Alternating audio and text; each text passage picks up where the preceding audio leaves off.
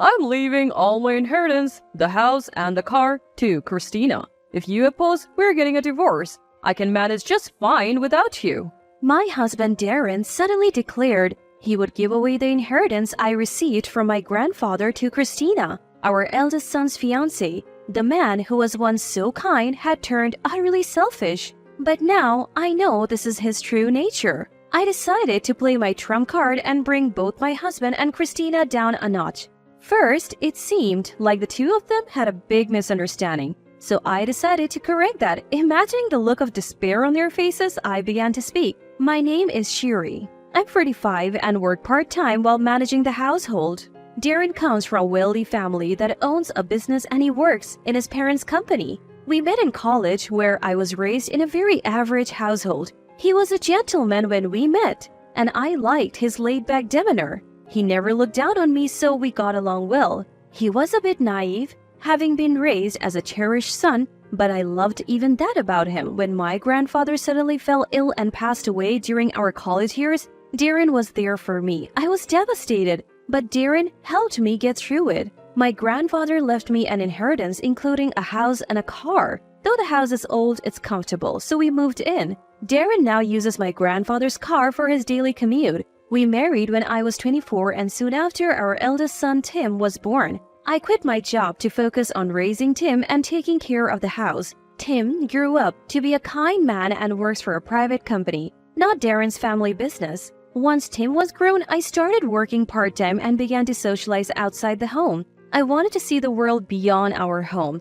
Darren often had work-related social events, but he told me not to bother attending, so I didn't have many external connections. His business was struggling, so I wanted to contribute to our financial stability. I made some good friends at work and life was going well until something shattered it. One day, Tim called me. "I want to introduce you to someone I'm thinking of marrying." Really? I felt sentimental thinking my son had found someone special. I wasn't upset, I was actually happy. I was looking forward to meeting her, but when she arrived, she was, let's say, a character. Her name is Christina, and her father is an executive at a large corporation. She met Tim through work, and although they work at different companies, they continued to see each other and started dating. That wasn't an issue. Her personality was, in a word, Christina was a drama queen. The moment we met, Christina greeted me with an exaggerated, "Hello, you must be Sherry, right?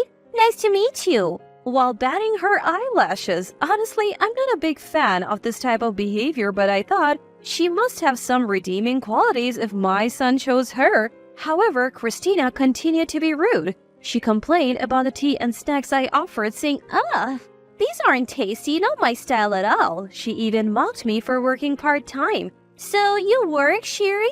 Even though Darren makes good money, are you bad with finances or something?"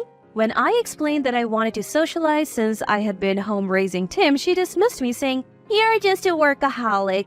Furthermore, her table manners were atrocious. It became apparent during dinner. Darren may be naive in some ways, but he was well taught in table manners. Christina, on the other hand, had a strange way of holding her fork and knife and talked with her mouth full. She had so many etiquette issues that I didn't want to share another meal with her. Tim finally said, "Christina, you can't keep being rude like this." She finally quieted down but was clearly in a bad mood. Later, Tim apologized to me. "Oh, I'm sorry for how Christina acted. She's not usually like that. She's supposed to be more polite and considerate." "There is no need for you to apologize, Tim, but I don't want her to be part of our family." I get it. I'll talk to Christina." Tim agreed with me. A few days later, Christina came to apologize, led by Tim. "My pet cat has been sick and I've been in a bad mood.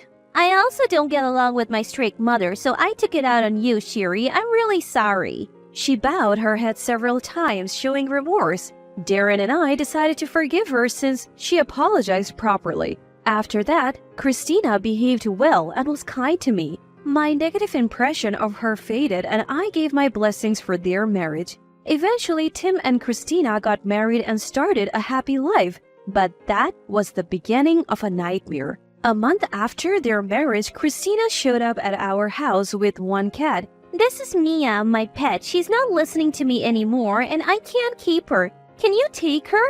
"Oh, wait, you were so worried when she was sick and now you're giving her up?" I was puzzled, but Darren said, "Well, why not? We can take care of her." Taking care of an animal isn't that simple. I objected, but Darren overruled me and took the cat on the spot. When a family member is in need, you help them out. You take care of this cat. I'm not interested in cats. Darren said this and retreated to his room. He and Christina seemed to get along well, maybe because they both come from wealthy backgrounds, but treating an animal's life so carelessly made me lose trust in him. I tried to find a new home for Mia the cat but had no luck. In the end, I took care of her myself. Mia turned out to be adorable and grew attached to me. It was a good thing, but Christina continued to make unreasonable demands like asking for money or help with chores. Darren indulged her every whim and dumped all the responsibilities on me. I grew increasingly frustrated and suspicious of their motives. I decided to consult him and do some digging on those two. One day, I came home from work to find Christina at our house again. Actually, I had something to discuss with both Christina and Darren, so the timing was perfect. But then Darren dropped a bombshell. I want to give all my inheritance, the house, and the car to Christina. What? I was stunned. You mean the inheritance, house, and car that I inherited from my grandfather? Yes, I want to give Christina everything your granddad left you. Darren said this as if it was the most natural thing in the world. Christina seemed eager to accept, saying, I would like to have it all by the end of this month if possible. She was back to her old self. I was furious at their audacity. Darren, seeing my displeasure, yelled, Shut up! I'm giving everything to Christina. If you oppose, we're getting a divorce. I can manage just fine without you. The man who was once so kind had turned utterly selfish, but now I know this is his true nature. I decided to play my trump card and bring both my husband and Christina down a notch. First, it seemed like the two of them had a big misunderstanding, so I decided to correct them. Imagining the look of despair on their faces, I began to speak. The inheritance, house, and car are all in my name, inherited from my grandfather. Darren, you can't just give them to Christina. But I'm your husband. We're family. So I should be able to. Inheritances usually go to blood relatives, so it can't be yours. Christina and Darren were dumbfounded. They had been clueless, charging ahead without knowing the basics. In the end, they were just naive, spoiled children. They had been raised in privileged environments and lacked common sense, but I had more to say. I decided to add another counterattack. Wait a moment. I went to my room and returned with several documents, showing them one in particular. The color drained from their faces. It was a report from a private investigator on Darren's infidelity. Arms crossed, I showed them a photo of the two of them looking quite cozy together. Darren started to stammer out an excuse. Oh, when I'm with Christina, I feel glamorous and at ease. Being with you feels like we're struggling. And it stresses me out. I mean, you are a responsible woman, and I thought you would handle all the difficult stuffs. Plus, you inherited things from your grandfather, so I married you. But I have reached my limit. His words turned into outright insults against me. It was clear Darren had been using me all along and felt no remorse. Instead of apologizing, you're making me uncomfortable? I will gladly divorce you and demand alimony. I pulled out divorce papers, already filled out on my end. You seem to want a luxurious life, so you would probably prefer to be without a commoner like me? You even said you wanted a divorce just now, but you're not getting anything from my grandfather. Darren looked at Christina, who was throwing a tantrum. Why is this so different from what we discussed? Now we get nothing and have to pay alimony?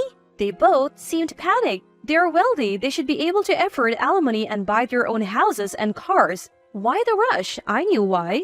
The investigation revealed more than just infidelity. I pulled out another document. Christina, you have debts, don't you? The investigation showed you frequenting consumer loan companies. You were planning to sell my house and car to pay off your debts, weren't you? Both Christina and Darren were speechless. Also, you two are just figureheads at your companies, right? You got your jobs through family connections and collect high salaries without actually working. Your colleagues are unhappy about it. Darren probably didn't want me to meet his coworkers to keep his poor reputation a secret. He pretended to care for me while hiding inconvenient truths. I had said all I needed to say. The more I investigated, the more their failures came to light. It was beyond infuriating. By the way, Tim knows all about it. He also thought something was off with you two. So he and I requested the investigation. The two grew even more frantic, but others knew about their deeds as well. Since it's a big deal, I thought I would teach that too. I thought I would share that when the front door opened and 3 people walked into the living room. One was Tim, and the other 2 were Darren's father, Kyle, and Christina's mother, Matilda. Both looked furious. We heard everything from Tim. You two have been having affairs, accumulating debt, and acting recklessly behind our backs. As Kyle confronted them, Darren and Christina looked at Tim as if to say, "Why did you tell them?" Tim spoke sternly. I had a talk with Mom about this. We decided to inform both families about your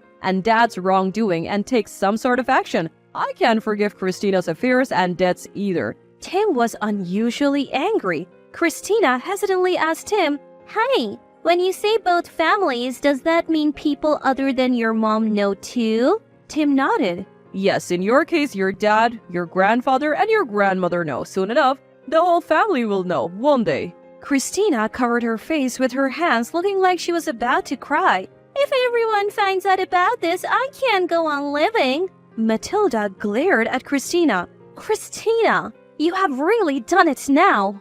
I heard that Christina's mom Matilda is strict about manners and would never tolerate infidelity. "Ever since you were little, you have been selfish. I was worried you wouldn't grow up to be a decent adult. I was strict with you because I loved you, even though you kept rebelling against me." Christina looked startled. It seemed like she finally realized her parents' love, but unfortunately, it was too late. Confronted by their parents, Darren and Christina began to spill the details of their affair. According to them, they had been having an affair since Christina was in college. They met and hit it off at a work-related party that Darren attended.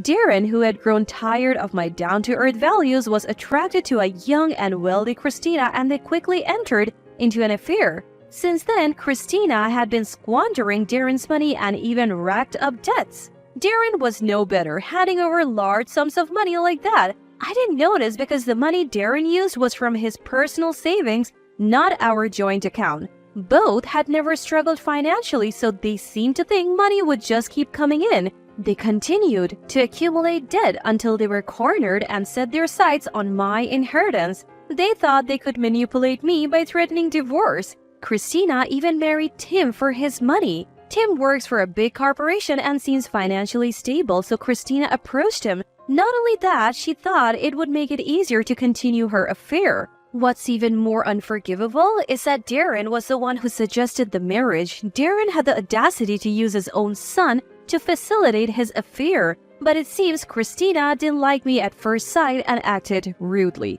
She almost jeopardized the marriage, so she pretended to repent to secure it. After hearing everything, Kyle was furious beyond words. "Oh, Darren is so selfish. I'm firing him." Hearing this, Darren was shocked. You're kidding, right? I gave money to Christina, so I don't have any savings left. You got me this job through your connections, and you've been paying me well. Look, I've been lenient because you're my son, but this is the last straw. Being soft on you isn't helping you. Plus, you know our company is struggling, right? We can't afford you anymore. The staff is fed up. You're fired. You're in your 40s.